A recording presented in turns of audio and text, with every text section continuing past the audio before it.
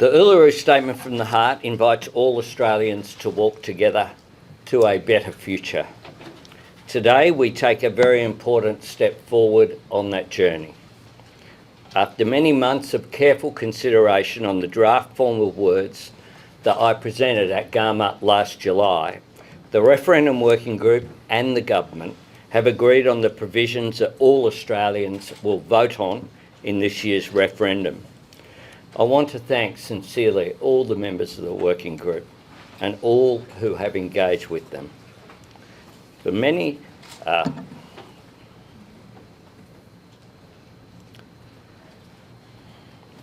this moment has been a very long time in the making, yet they have shown such patience and optimism through this process. And that spirit of cooperation and thoughtful, respectful dialogue has been so important at arriving at this point in such a united fashion. The question that Australians will be asked at this year's referendum is a very simple one. It will read, a proposed law to alter the Constitution to recognise the First Peoples of Australia by establishing an Aboriginal and Torres Strait Islander voice. Do you approve this proposed alteration? That's the question before the Australian people. Nothing more, but nothing less. And the provisions that Australians will be voting to approve are as follows. Chapter 9, Recognition of Aboriginal and Torres Strait Islander peoples.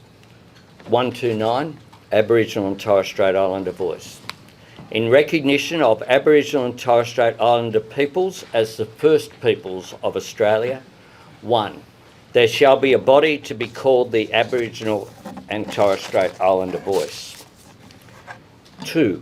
The Aboriginal and Torres Strait Islander voice may make representations to the Parliament and the Executive Government of the Commonwealth on matters relating to Aboriginal and Torres Strait Islander peoples. 3. The Parliament shall, subject to this Constitution, have power to make laws with respect to matters relating to the Aboriginal and Torres Strait Islander voice, including its composition, functions, powers and procedures. This form of words is legally sound, and it is a form of words that all of us have confidence will gain the strongest possible support from the people of Australia at the referendum and deliver the best possible outcomes in the years ahead. The constitutional provisions we are releasing today enshrine two fundamental principles: recognition and consultation. First, recognition.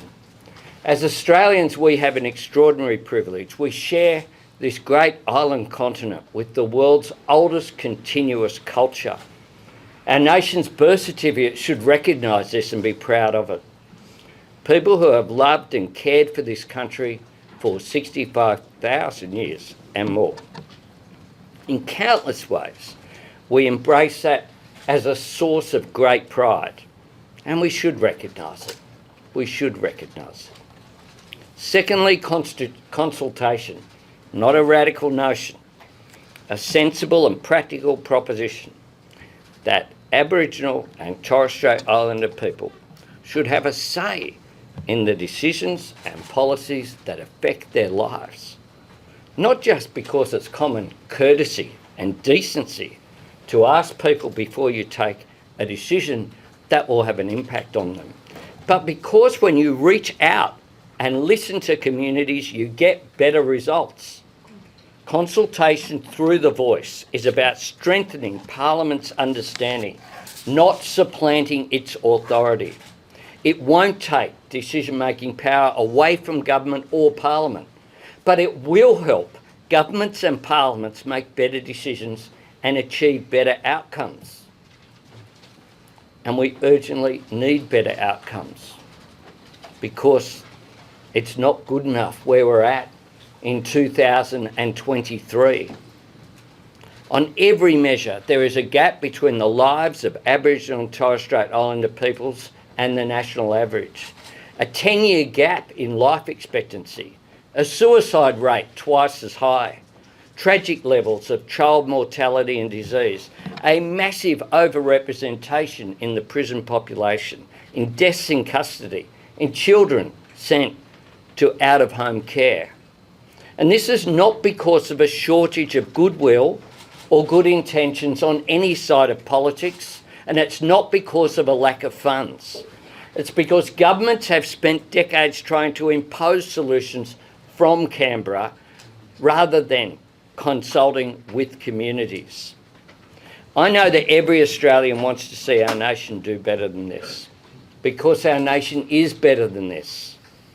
Every Australian wants to know that an Aboriginal or Torres Strait Islander baby born today will enjoy an equal right to grow up healthy and safe, to get a great education, find a good job, to live a long and happy life. That's what this is about. That's what this is about. Every Australian wants us to close the gap, and today points the way to how we are going to do it. By consulting people on the ground, by working with people who live alongside these challenges, by enshrining a voice in our Constitution, and by listening to that voice. Today, alongside the final form of words for adding to the Constitution, we are providing some important principles that will underpin the shape and function of the voice. These principles have been developed by the Referendum Working Group, and this morning they were adopted by my Cabinet. Firstly, the voice will give independent advice to the Parliament and Government. It will be able to make proactive representations as well as respond to requests. And the Parliament and Executive Government should seek written advice from the voice early in the development of proposed laws and policies. The voice will be chosen by Aboriginal and Torres Strait Islander people based on the wishes of local communities, not appointed by the government. Members will serve for a fixed period of time to ensure accountability. It will be representative of Aboriginal and Torres Strait Islander communities with a gender balance and include youth. Members will come from every state and territory, the Torres Strait Islands and specific remote representatives. It will be accountable and it will be transparent, subject to the standard governance and reporting requirements. The voice will work alongside existing organisations and traditional structures, respecting their work. And as been made clear very many times, the voice will not have a veto power and it will not deliver programs or manage funding. It's been nearly 6 years since the Aboriginal and Torres Strait Islander people gathered at Uluru from all points of the southern sky. Galloway Yunupingu said they lit a fire that day, a flame of truth and healing, a bright burning light for us to follow. The Uluru Statement from the Heart and this referendum also presents every Australian with a historic democratic opportunity, a chance to show the very best of our national character, our fundamental optimism, our deep sense of fairness, our instinctive respect and kindness for each other. If not now, when? That is an opportunity that doesn't belong to the politicians. It belongs to every Australian equally. One person, one vote. People from all faiths, backgrounds and traditions. All of us will have an equal say. All of us can own an equal share of what I believe will be an inspiring and unifying Australian moment. I want to take this opportunity to give my sincere thanks to the Referendum Working Group. What an extraordinary job they have done. From time to time I've been asked by people in this room what my view is on various things. And I've said this isn't about me. I wanted to hear from Aboriginal and Torres Strait Islander people themselves. The process of getting to this point isn't top down, it's bottom up from the people here. And soon the Parliament will debate the final pieces of legislation necessary to facilitate the vote. I thank the Parliament yesterday for unanimously passing through the Senate the legislation for provisions of the vote. We will introduce legislation with this wording next Thursday. We will establish a joint parliamentary committee which will have time to consider any submissions which are made, and then we will put that to a vote in June. To be very clear, because I was asked this question this morning, are there any circumstances in which this will not be put to a vote? The answer to that is no. Because to not put this to a vote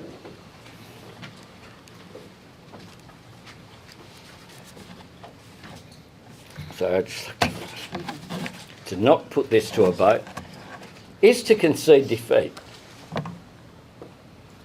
You only win when you run on the field and engage. And let me tell you, my government is engaged. We're all in. Ultimately, though, there will be differences of opinion, and I respect people's right to have a different opinion and to say no. That is their democratic right. But I would ask for there to be a debate based upon the facts, not based upon scare campaigns which have no basis, not based upon nonsense, and not based upon issues that aren't respectful. The people who stand with me on this stage, I regard as a great privilege to be standing with giants of Australia. I don't know if I had their experience in life that I could be as generous and as modest in my request. I would like to think that I would be, but you can't stand in other people's shoes. This is a modest request. I say to Australia, don't miss it. Don't miss it. This is a real opportunity to take up the generous invitation of the Uluru Statement from the heart. This is about the heart, but it's also about the head. If you think things have been working up to now, look at the Closing the Gap issue. If you want to look at the best programs for Indigenous Australians that have been successful, they have all been characterised by having that sense of ownership. They're the things that have worked. They're the things that will work in the future. This is not about symbolism. This is about recognition, something that's far more important.